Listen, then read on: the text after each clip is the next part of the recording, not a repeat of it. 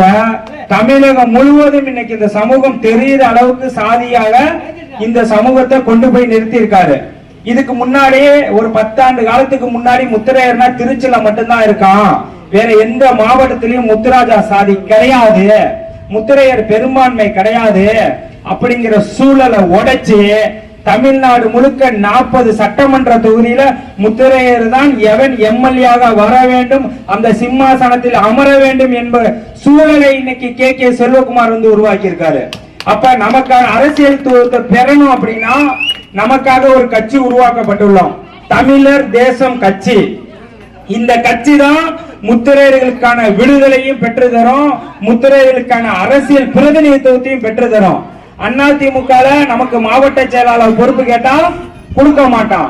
ஆனா தமிழர் தேசம் கட்சியில நீங்க வந்தீங்கன்னா உங்களுக்கு சிவப்பு கம்பளை விரிச்சு வரவேற்று உங்களை மாவட்ட செயலாளர் பொறுப்புக்கு உங்களை அமர்த்துவோம். காரணம் என்ன? இந்த சமூகம் எங்கெங்க பெரும்பான்மையாக வாழ்கிறதோ அங்கெல்லாம் இந்த சமூகம் அரசியல் பிரதிநிதித்துவம் பெற வேண்டும்.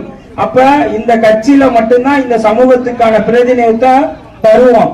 அதே மாதிரி நம்ம நாளைக்கு ஒரு தேர்தல் காலத்துல கூட்டணி இருக்கும், கூட்டணி அப்ப கூட்டணியில அண்ணன் சொல்வாரு, நம்ம இந்த வாட்டி அதிமுக கூட்டணியில இருக்கோம், நீங்க அதிமுகவுக்கு ஓட்டு போடணும் அப்படின்னு தலைவர் சொல்றாருன்னா அந்த கட்டளை கீழே நம்ம நிக்கணும். காரணம் என்ன தெரியுங்களா?